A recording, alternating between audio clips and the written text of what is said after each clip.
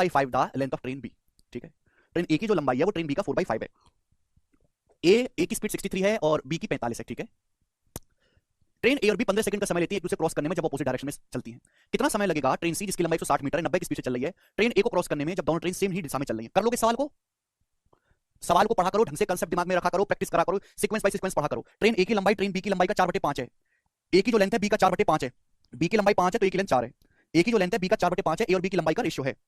ए की speed 63 kilometre per hour है, B की स्पीड 45 किलोमीटर पर आवर है। ये दोनों ट्रेन अपोजिट डायरेक्शन में एक दूसरे को पूरी तरीके से 15 सेकंड में पार कर लेती हैं। 15 सेकंड में मुझे क्वेश्चन सॉल्व करना है तो ट्रेन ए की जरूरत है। ट्रेन ए की लंबाई निकालो भाई। दोनों ट्रेन एक दूसरे को पार करेंगे तो कितनी डिस्टेंस जाएंगी? दोनों की लंबाइयों का सम 4 + 5 9।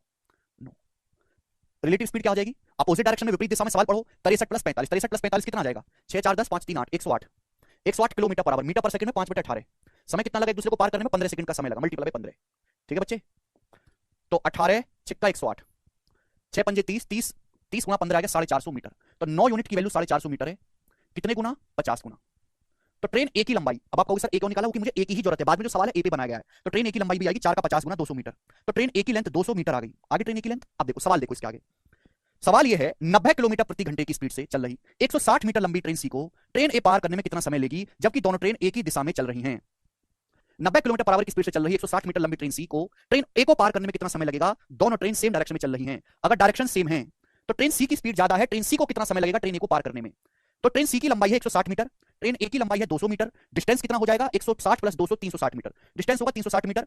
ट्रेन सी ट्रेन ए को पार करती है सेम ही दिशा में, सेम डायरेक्शन में, तो रिलेटिव स्पीड s1 - s2।